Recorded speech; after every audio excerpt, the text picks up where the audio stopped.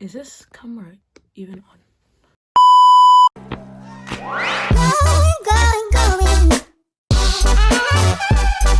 Hi guys, it's Kishan and I'm back with another video and I hope you're all doing great. I thought I'd do a video on my top 10 travel tips. That was a mouthful to say. But yeah, I just thought I'd, come on here, talk a bit about traveling, what I'd recommend you doing, how I recommend you do it, just some things that I did wrong that I now learnt. So anyway, yeah, I'll stop talking. Let's get on with the video. So my first tip is to travel in groups. Traveling in groups will save you a lot of money.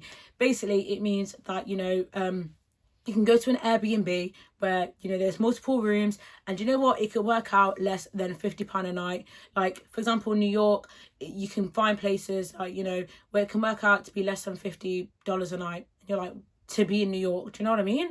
Rather than it being over $100 a night because it's a smaller group of you and, you want to stay in a hotel really, really close or whatever. So my biggest recommendation would be, if you can, travel in big groups. Like I said, even things like simply going in an Uber, like an Uber can cost $13 for example. But, if there's 4 of you in one Uber, that can be split. It's cheap. Traveling groups, the bigger the group, the better. The more people you have to experience things with, the funner it is. And like I said, accommodation can work out really, really cheap if there's more of you. But disclaimer, please, please, please, obviously do not feel pressure to travel in a big group. Like when I was traveling, most of the time it was just me and my best friend because our other friends had gone back to the UK already. But yeah, don't feel pressure to travel in a big group. But also, if you are, make sure you're going with people you actually like and people you get along with. The last thing you want is arguments to be happening, people to be falling out, because that can ruin something that can be really, really fun. So, yeah. Advice number 2 is travel cards. Most states, if you're going to be in a state for a couple of days, they have a sort of travel card where you can use public transport. If you've not got a car or you're not close enough to walk to places, yeah, public transport obviously is the best option. It's cheaper than an Uber, a Lyft or whatever. Yeah, most states have a travel card where you can buy like a 3-day pass, a 5-day pass, whatever. So this is the one for New York. I'll show you. Yeah, this was a New York travel pass. I think I paid like $20 or something, or $25 for a week one, which I thought was great because, when you're traveling around New York, you want to go to different places. Like once you've been off, beep, and you're like in Central Park, you've walked around, you're like, okay, on to the next. It works like the tube station. You then have to tap in and then tap out and pay another payment. While with this for literally $30, I could do unlimited travel. Like go see a place. If I even came off at the wrong place, I'm like, okay, let's go somewhere else. Swipe it somewhere. Even I could use this even on the bus. So it was great because it meant that like I said, we could travel into New York City, we could travel out, we didn't have to keep tapping and paying. Like it was nearly $175,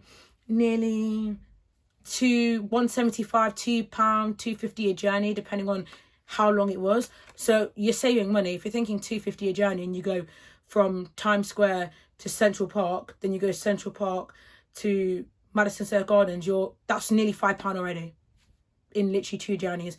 But for £30, you can literally go around for a week with as much time as you want, no matter the time of the day, on the bus and stuff. Same thing went for Philly. We were at a music festival. That's how we were getting there. We had the card. You topped it up like an oyster. You just scanned it. You buy the 3-day pass, whatever. So I recommend traveling, if you're going to places for longer than 2 days, definitely get a travel card there. Obviously, when you're done, you can bin it. I kept mine for the memories. But yeah, it saves you a lot of money. Like, you don't realise how much. I saved so much money on just getting a travel card. At first, you're like, £30, $30, that's a lot. But like I said, works out so much cheaper. Number 3 is packages. This is the way that I travelled, me and my friend. So we did like package holidays, for example. So we, like when we went to Miami, we paid, we went for a week, I think. Yeah, we paid like £400, and that included return flights and a hotel. That was near Miami Beach, which was great. And obviously that was our flight from JFK to Miami. Then the only issue was it was a return flight back to JFK. So, it's like, it worked out well because we had that option to, that flexibility of flights were included. We had a personal item and a hand luggage, but it also meant me then had to, from Miami, come all the way back to JFK. So it was a bit long, but then, to be honest, we just booked our flight for our next location from JFK. So it kind of worked out, it kind of balances itself out. But yeah, the packages were great because it included flights and hotel, so we didn't have to worry about that. We did have to feed ourselves, but yeah, that is just an option. That's what I did. Like I said, it had its pros and its cons, but that's just something, if you're like budgeting, you're not want to traveling somewhere too much, you're not doing too much traveling, and you might just want to go to Miami for a week and come home, you could literally do that package and then come back to JFK and then go home from JFK. Do you know what I mean? So yeah, packages, yeah, pros and cons, yeah. Number 4, my advice for traveling is using the Flixbus or the Greyhound, which is basically like our Flixbus, Megabus, National Express. So much cheaper. You can travel from literally estate to estate. It might take a few hours depending on where you're going, but it's so much cheaper. Like I think from New York to Philly was like £17.50. Like that's so cheap. And me and my friend, we just downloaded movies, we watched them, we fell asleep. Like it's going to save you so much money, because like I said, getting on a flight, you're going to have to pay for your big luggage like £50, and that's just to that one place, and the next place another 50 plus the flight. Like it's going to become really expensive. So if you don't mind sitting down on the bus for ages, like I don't mind, you know, download a few movies, get some sleep, you'll be tired. Greyhounds and Flixbuses work out. They just have a website, just like our National Express, where you can sign up and book. Like I said, they're really, really cheap. Good way of traveling. Good way of getting a nice rest, a nice sleep. But yeah, Greyhounds, Flixbus, definitely.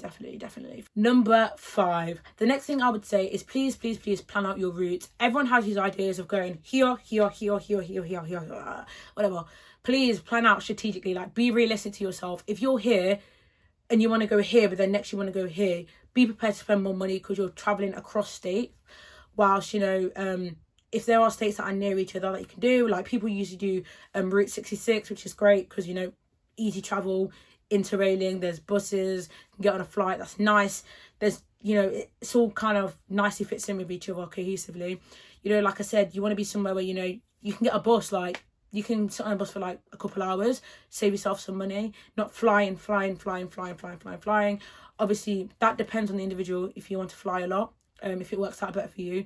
But like I said, be prepared for them extra charges for luggage, overweight. Also, they make you put your suitcase into like this thing, and if it doesn't fit in there, you have to then pay extra. Like my hand luggage was like a bit overpacked, I say it was overpacked a lot, but it wouldn't fit in there, and they wanted to charge me £50 for literally a hand luggage. So I literally took things out and put them on because I was not paying £50.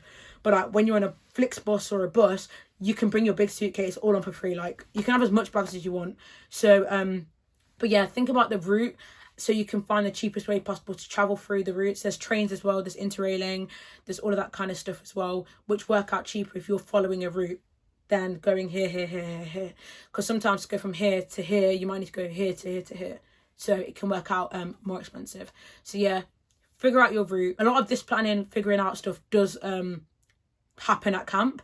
But if you've got a sort of idea before, it kind of helps. Advice number 6 is hostels. If you and your friends, you know, if you don't want to do an Airbnb and you want to be in a hostel, usually hostels are more central to the attractions.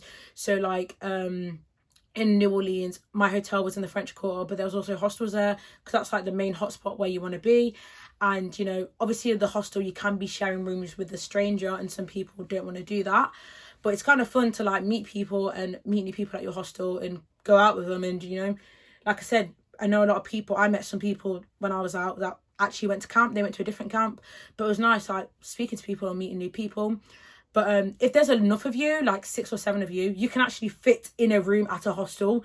So then you're not with a random person or random strangers. You're actually still with your friends, but you fulfill one room, which works out really nice because it's just like sharing a room with a bunch of your mates, and you know it's your mates in there. And if you feel like your stuff aren't going to be safe with a random person, you know, like I said, you're going to be with your mates.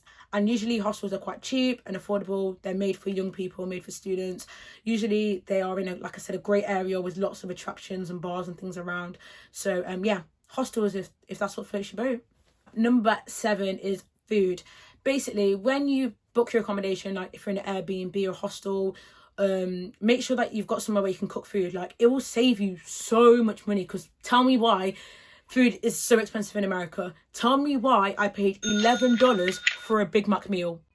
Like, not even a large, a regular. Like, it's so expensive. If you've got an accommodation where you can cook food and, you know, you and your friends can go to the local shop, there's, like, literally stores all around, and you can buy some food and you can take it in turns to cook each other dinner or whatever. I can't tell you how much money I saved on breakfast. Like, I brought cereal, I brought milk, I brought eggs, you know. Our Airbnb had a cooker, it had a stove, it had a microwave, it had a freezer, had an oven. You know, we could basically cook for ourselves and go out and, you know, come back. We didn't have to go every day out eating, every day out breakfast, because like I said, when you're traveling, you're providing food for yourself. So that's something I'd also think about when you're looking at accommodations and hostels and places and you're going to do self-catering. Make sure it's got the facilities there. Advice number 8. I would say when traveling, please make sure you've got a bit of cash on you. Like I said, in America, they like to tip a lot, and you're also going to be in circumstances where you need to pay like $2 or $3 for something. It's so long getting your card out and like tapping and whatever, when you could just have a bit of cash on you. You know, it saves you like paying for the bus. If you're on a bus, you can, and you don't have a travel card, you can just give them $3 and put it in the, you know what I mean? Or when you're tipping, you can just do that. For me, like, I like to manage my money quite well, especially like when I'm doing, like, when I'm tapping and stuff, rather than spending like 17 cents here, $1 here, like this and that.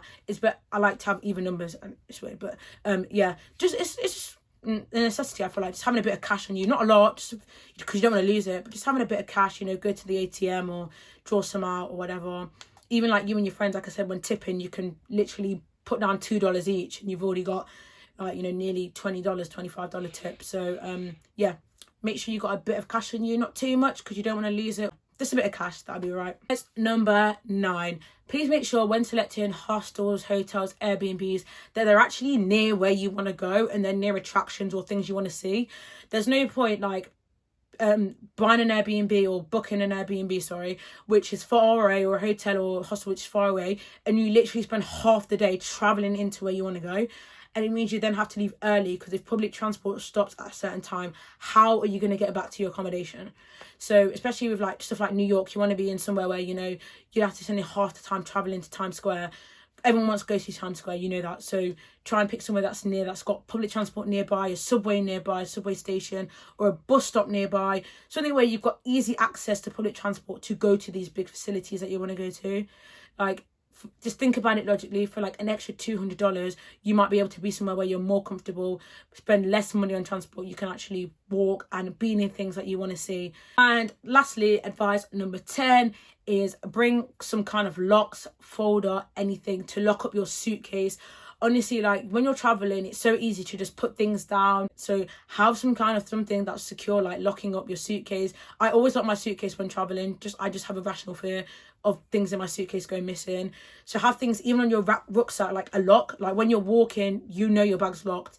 Have something with you important that you can put your travel documents in, your passport in to keep safe, because when you're traveling, you're going to need that on your documents, or if anything happens to you, you can find all your important documents the camp sent you, like your insurance and all that kind of stuff. So keep that safe. If you can, I obviously brought an AirTag for camp this summer. So basically it cost me £30, which I think is so cheap for Apple. It connects to my phone. It's a little tracker that I can put in my suitcase, and it literally tracks my suitcase. Like even when I'm at the airport, it will tell me it's in Terminal 1. Then it'll tell me that it's on the plane. Then it'll tell me that, just so I can keep holding my suitcase. Or that can literally be attached to your rucksack. You can buy these little cute accessories. You know, even if you want to put it in your suitcase, lock it, and you're going out, just to know, peace of mind that your suitcase is safe, not been taken. And I'll show you the folder I kind of brought with me. Literally had this folder, I think it cost me like £2, and it opens, it's got all the different compartments.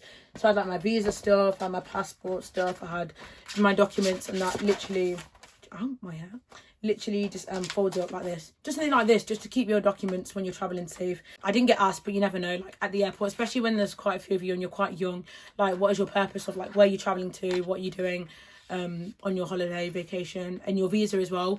So yeah, just a little plastic wallet to keep everything safe. So guys, that's the end of the video. A really nice short and sweet video where I just thought I'd just give you some tips for traveling. Let me know what you think. Let me know what videos you want to see. Comment down below, or any questions, you know, DM me or comment down below. Make sure you're following my TikTok. and make sure that you are following my Instagram here. My DMs are open for questions when I do get a chance to see them. But yeah, I hope this video was somewhat useful, and over and out.